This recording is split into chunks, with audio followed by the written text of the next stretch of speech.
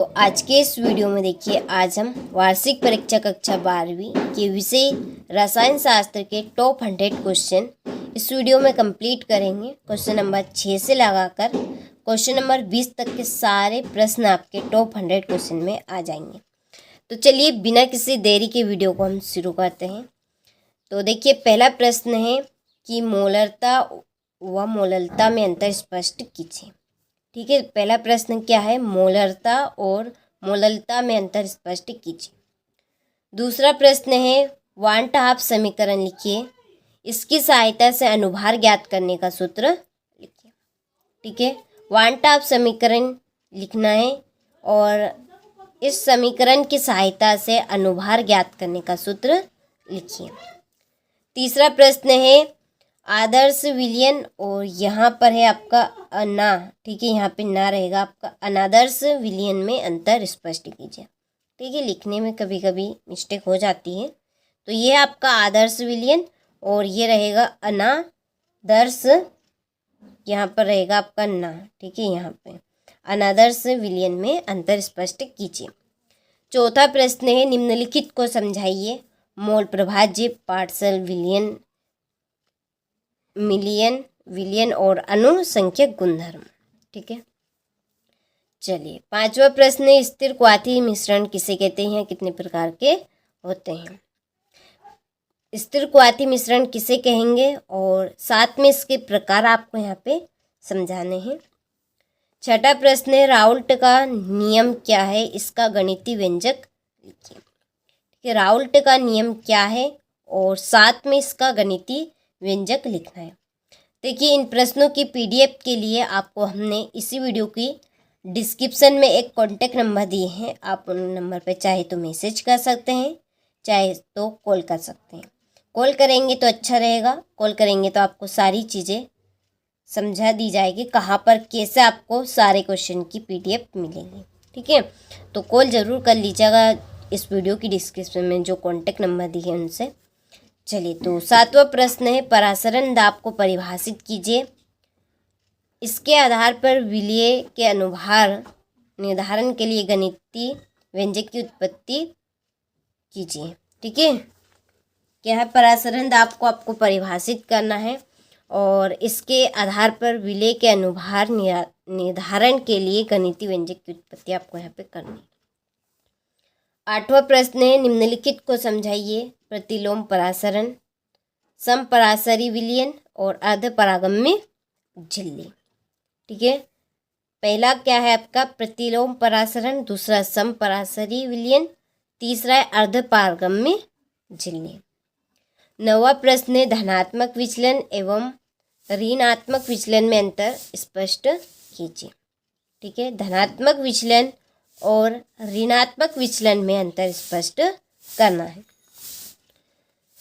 10वां प्रश्न है हेनरी का नियम लिखिए एवं अनुप्रयोग बताइए। ठीक है, हेनरी का नियम समझाना है और साथ में अनुप्रयोग भी बताने हैं।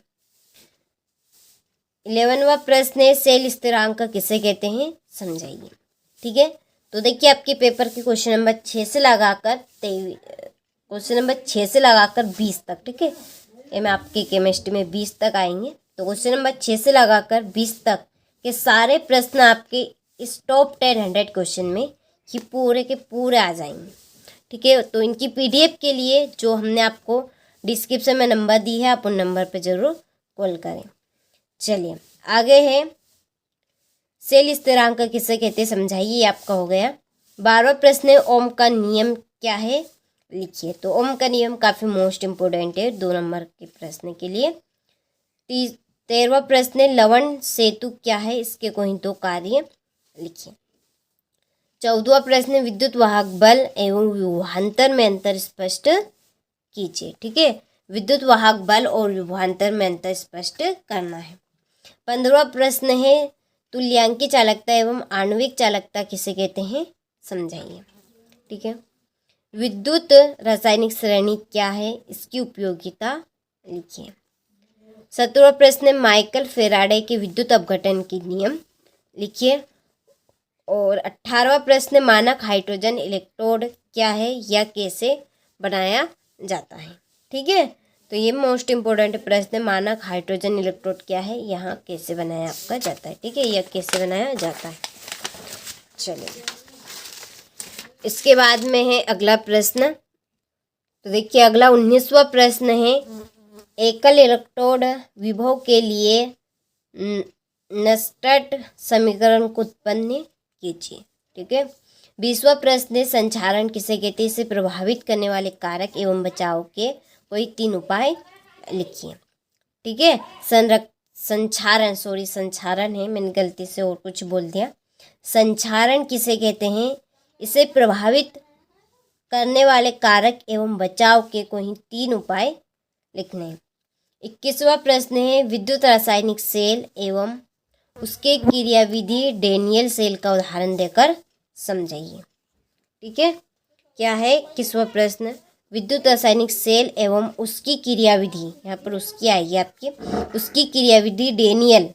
ठीक है, डेनियल सेल के उदाहरण देकर आपको यहाँ पे समझाना है। 22वां प्रश्न है, छम्मन एकाणुक अभिक्रिया को उदाहरण सहित समझाइए। 23वां प्रश्न है, आणविकता एवं अभिक्रिया की कोटि में अंतर स्पष्ट कीजिए। ठीक है, 23वां प्रश्न क्या है, आणविकता और अभिक्रिया की कोटि को स्पष्ट करना है। चलिए 24वां प्रश्न है, रासायनिक अभिक्रिया की दर को प्रभावित करने वाले 4 कारकों को लिखिए। अभिक्रिया, जो रासायनिक अभिक्रिया है उसकी दर को प्रभावित करने वाले 4 कारकों को समझाना है। 25वां प्रश्न है, अभिक्रिया की दर एवं दर स्थिरांक में अंतर स्पष्ट कीजिए। 26वां प्रश्न है, सिद्ध कीजिए कि प्रथम कोटि की अभिक्रिया का अर्ध आयुकाल अभिकारक के प्रारंभिक सांद्रण पर निर्भर नहीं होता। ठीक है, सिद्ध आपको यहाँ पे करना है कि प्रथम कोटि की अभिक्रिया का अर्ध आयुकाल अभिकारक के प्रारंभिक सांद्रण पर निर्भर नहीं होता। 27वां प्रश्न है, अभिक्रिया की कोटि क्या शून्य कोटि, प्रथम कोटि, द्वितीय कोटि की अभिक्रिया के लिए दर स्थिरांक के का मात्रक लिखिए। अभिक्रिया की कोटि क्या है आपकी, शून्य कोटि, प्रथम कोटि, द्वितीय कोटि की अभिक्रिया के लिए दर स्थिरांक के का मात्रक लिखिए। 28वां प्रश्न है, शून्य कोटि की अभिक्रिया को उदाहरण सहित समझाइए। 29वां प्रश्न है, एक प्रथम कोटि की अभिक्रिया 40 मिनट में 90% पूर्ण हो जाती है तो इस अभिक्रिया का अर्ध आयु काल ज्ञात कीजिए। ठीक है, एक प्रथम कोटि की अभिक्रिया 40 मिनट में 90% पूर्ण हो जाती है तो इस अभिक्रिया का अर्ध आयु काल ज्ञात करना है। क्वेश्चन नंबर आपका 30वां है कि प्रथम कोटि की अभिक्रिया में 90% अभिक्रिया पूर्ण होने में लगा समय 90% अभिक्रिया पूर्ण होने में लगने वाले समय से दुगना होता है, तो आपको इसको सिद्ध करना है। ठीक है, चलिए 31वां प्रश्न है, प्रथम कोटि की अभिक्रिया के लिए 99.9% अभिक्रिया पूर्ण होने में लगा समय उसके अर्ध आयु काल का लगभग 10 गुना होता है, तो इसको सिद्ध करना है। ठीक है, देखिए आपको इन न्यूमेरिकल सवालों को अच्छे से पढ़ना है, तभी जाकर आपको सवाल समझ में आएंगे। प्रथम कोटि की अभिक्रिया के लिए 99.9% अभिक्रिया पूर्ण होने में लगा समय उसके अर्ध आयु काल का लगभग कितने गुना है, 10 गुना, इसको आपको सिद्ध करना है। ठीक है, चलिए 32वां प्रश्न है, लेंथेनाइट संकुचन क्या है, लेंथेनाइट संकुचन के प्रभाव क्या होंगे। ठीक है, 33वां प्रश्न, संक्रमण तत्व किन्हें कहते हैं एवं संक्रमण तत्वों के कोई 4 अभिलक्षण लिखिए। ठीक है, संक्रमण तत्व बताना है और संक्रमण तत्वों के कोई 4 अभिलक्षण लिखने हैं। 34वां प्रश्न, डी ब्लॉक एवं ए ब्लॉक के तत्वों में अंतर स्पष्ट कीजिए। तो डी ब्लॉक और ए ब्लॉक के तत्वों में अंतर स्पष्ट करना है। 35वां प्रश्न है, कारण बताने हैं। पहला कारण है, संक्रमण तत्व परिवर्तित संयोजकता प्रदर्शित करते हैं। दूसरा कारण है, संक्रमण धातुएं आसानी से मिश्र धातु में क्यों बन जाती हैं। 36वां प्रश्न है लेंथेनाइड एवं एक्टिनाइड में अंतर स्पष्ट कीजिए। ठीक है, चलिए तो सारे ही प्रश्नों का आपको स्क्रीनशॉट लेते चलना है। तो इस वीडियो में हम टॉप 100 क्वेश्चन कंप्लीट कर रहे हैं आपकी केमिस्ट्री के। यह है आपका 37वां प्रश्न, संक्रमण तत्व या 3D श्रेणी के तत्वों को निम्नलिखित गुणों को आपको यहाँ पे स्पष्ट करना है। निम्नलिखित को यहाँ पे स्पष्ट करना है। ऑक्सीकरण अवस्था, आयनीकरण की एंथैल्पी, आयनिक आकार एवं परमाणुविक त्रिज्या और धात्विक लक्षण। ठीक है, इनको स्पष्ट करना है।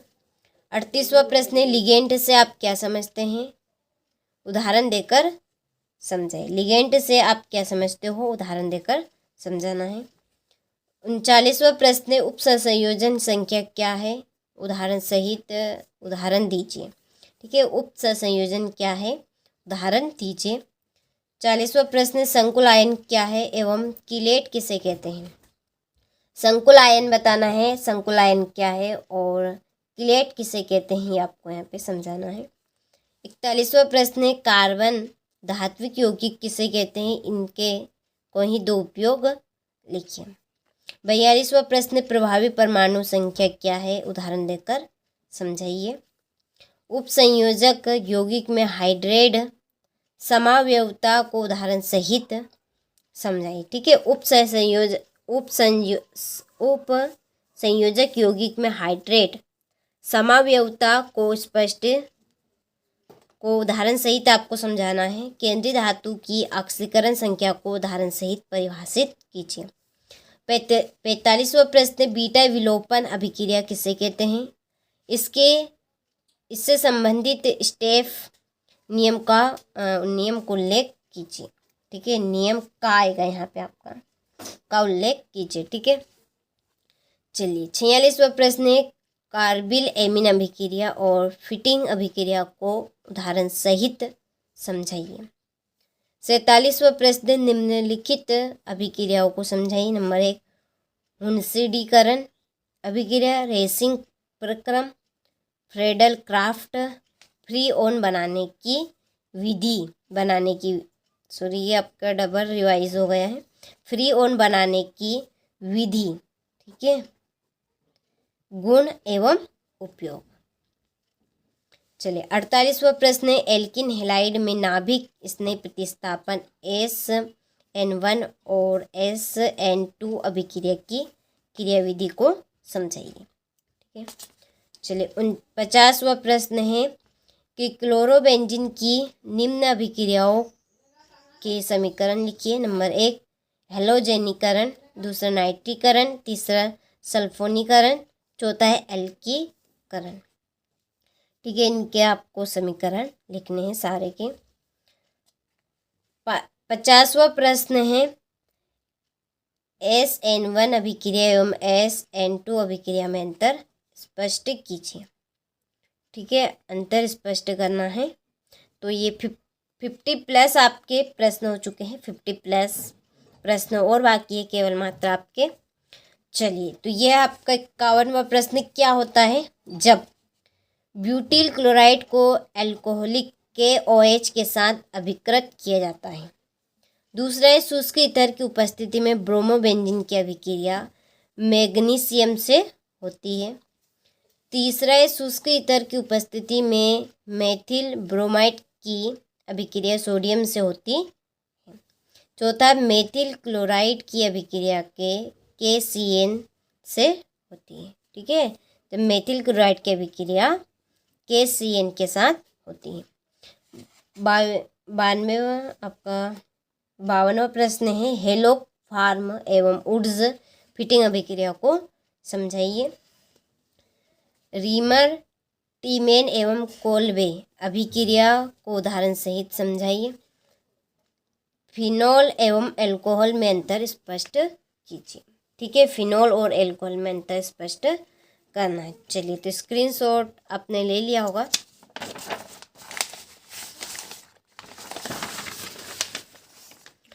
चलिए, तो इसके बाद में है 55वां प्रश्न कि शुद्ध फिनोल रंगीन ठोस होता है परंतु कुछ समय बाद वहाँ गुलाबी रंग देता है, क्यों?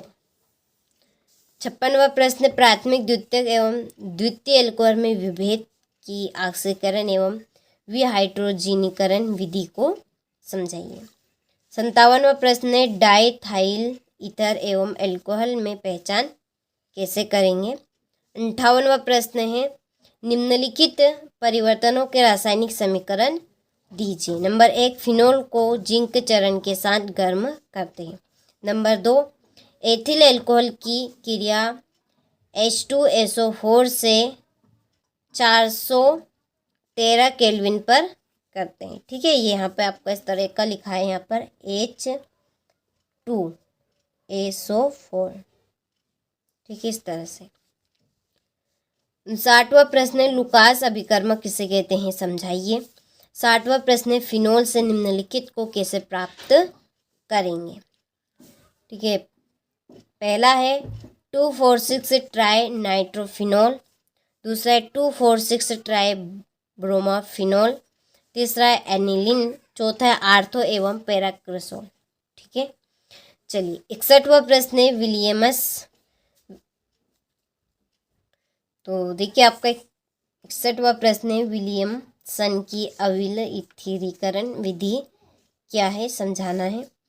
62वां एथिल अल्कोहल तथा फिनोल दोनों OH समूह उपस्थित रहता है, क्या कारण है कि फिनोल अम्लीय और अल्कोहल उदासीन प्रकृति का होता है।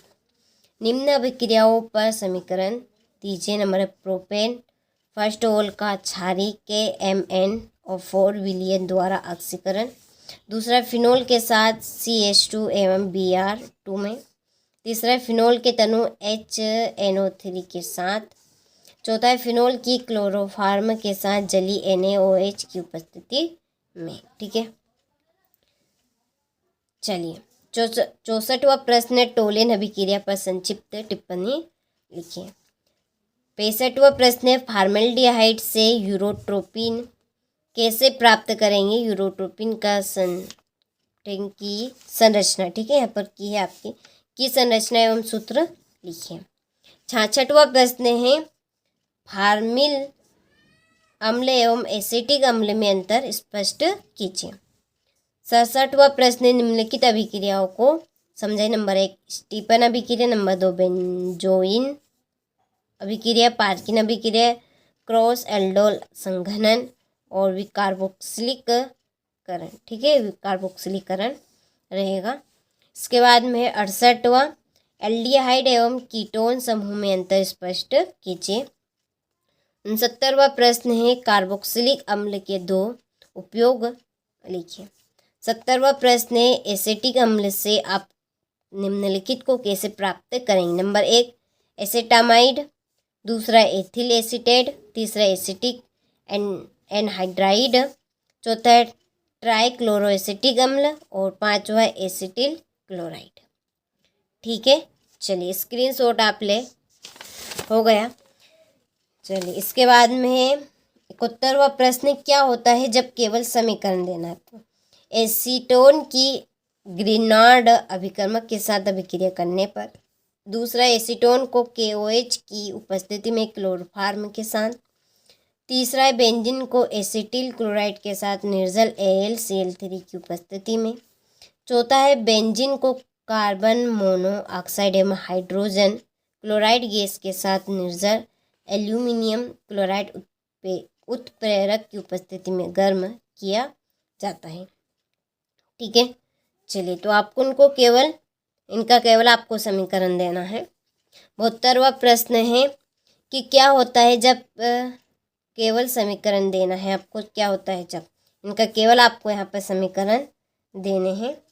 पहला है एथिल एमिन नाइट्रस अम्ल से क्रिया करता है, दूसरा एनिलीन जलीय माध्यम में ब्रोमीन जल से क्रिया करता है। ठीक है, चलिए 73वां प्रश्न है निम्नलिखित अभिक्रियाओं को समझाइए। नंबर 1 सोमन बामन अभिक्रिया, मेडियस मस्टर्ड अभिक्रिया और सिमिट अभिक्रिया। 74वां प्रश्न है प्राथमिक, द्वितीयक एवं तृतीयक एमीन का हेंसबर्ग परीक्षण लिखिए। 75वां प्रश्न है एथिल एमीन एवं एनिलीन में अंतर स्पष्ट कीजिए। एथिल एमीन एनिलीन से अधिक क्षारी क्यों है? प्राथमिक एवं द्वितीयक एवं तृतीयक एमीन के उदाहरण दीजिए। निम्नलिखित पर टिप्पणी लिखना है। कार्बिल एमीन अभिक्रिया, डायएजोटीकरण, तीसरे हाफमैन अभिक्रिया, चौथे ग्रेबियल थेमाइड संश्लेषण, युग्मन अभिक्रिया, अमोनी अपघटन। ठीक है, चलिए रेशेदार प्रोटीन गोलादार प्रोटीन में अंतर। 79 वाला प्रश्न है आपका रेशेदार प्रोटीन और गोलाकार प्रोटीन में अंतर बताना है। अंडे को उबालने पर उसमें उपस्थित जल कहाँ चला जाता है, ये आपको समझाना है। विटामिन ए और विटामिन सी हमारे लिए आवश्यक क्यों है? उनके महत्व स्रोत दिए हैं। क्या होता है जब प्रोटीन का विकृति कारण होता है? आगे है ज्यूपिटर आयन यानी कि एमिनो अम्लों की उभयधर्मी प्रकृति को समझाना है एवं पेप्टाइड बंध को समझाना है। डीएनए और आरएनए में अंतर स्पष्ट कीजिए। डीएनए उंगली छापन क्या है? ठीक है, चलिए इसके बाद में 46वां प्रश्न विटामिन क्या है? उन विटामिन्स के नाम लिखिए कि जिनकी कमी से अनेक प्रकार की बीमारियां होती हैं। कार्बोहाइड्रेट क्या है? इसके प्रमुख कार्य लिखिए। 88वां प्रश्न है मोनोसेकेराइड और डाइसेकेराइड क्या है? उसके अनुसूत्र लिखिए। आवश्यक एवं अनावश्यक एमिनो अम्ल क्या है? प्रोटीन किसे कहते हैं यह समझाना है। न्यूक्लियोसाइड एवं न्यूक्लियोटाइड में क्या अंतर है? न्यूक्लिक अम्ल क्या होते हैं? इनके दो महत्वपूर्ण कार्य लिखिए। प्रयोगशाला में एसीटोन बनाने की विधि का वर्णन कीजिए।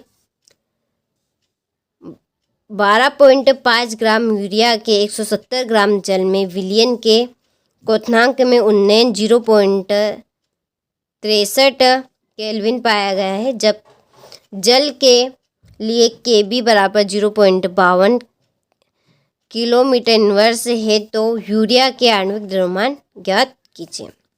18 ग्राम ग्लूकोज 1 किलोग्राम जल में घोलते हैं तो इस तापक्रम पर जल 0.013 बार दाब पर क्वथनांक करेगा। जब और जल के लिए Kb बराबर 0.52 मोल इनवर्स है। ठीक है, ये आपका 66वां प्रश्न है। 0.0025 मोल इनवर्स मेथेनोइक अम्ल की चालकता 46.1 सेकेंड सेंटीमीटर मोल इनवर्स। इसकी वियोजन स्थिरांक का परिकलन कीजिए। ठीक है, फिर बताना है ग्लूकोज के 5% विलयन के 25 डिग्री सेल्सियस पर परासरण दाब की गणना कीजिए। ग्लूकोज आणविक द्रव्यमान बराबर 180, R बराबर 0.0821 लीटर वायुमंडल है। ठीक है, चलिए आगे है यदि 5.85 ग्राम NaCl 250 ग्राम जल में विलय है तो विलयन की मोललता ज्ञात कीजिए। ठीक है, 99 आपका प्रश्न है कि एक निश्चित ताप पर शुद्ध बेंजीन का वाष्प, ये यहाँ पे आपका वाष्प है, वाष्प दाब 0.850 बार है। एक अवाष्पशील विद्युत अपघटी ठोस को 0.5 ग्राम तोलकर 39.0 ग्राम बेंजीन मोलर द्रव्यमान 58 ग्राम मोल इनवर्स मिलाते हैं तो विलयन का वाष्प दाब 0.085 है ठोस पदार्थ का मोलर द्रव्यमान क्या होगा। आपका लास्ट प्रश्न है, निम्नलिखित समन्वय यौगिकों के IUPAC नाम लिखने हैं। ठीक है, तो इनके आपको IUPAC नाम यहाँ पर लिखने हैं। ठीक है, तो आपने सारे ही क्वेश्चन का अच्छे से स्क्रीनशॉट ले लिया होगा। सारे क्वेश्चनों के आंसर की PDF के लिए डिस्क्रिप्शन में जो आपको हमने नंबर दिए हैं, आप उन नंबर पे कॉल करें, जानकारी आपको मिल जाएगी और सारे ही क्वेश्चन की PDF आपको प्राप्त हो जाएगी। ठीक है, अच्छे से कंप्लीट करें। ये आपके टॉप 100 क्वेश्चन है जो मैंने आपको एक ही वीडियो में कंप्लीट करवा दिए हैं। ठीक है, चलिए तो आप अच्छे से इनको कंप्लीट करें।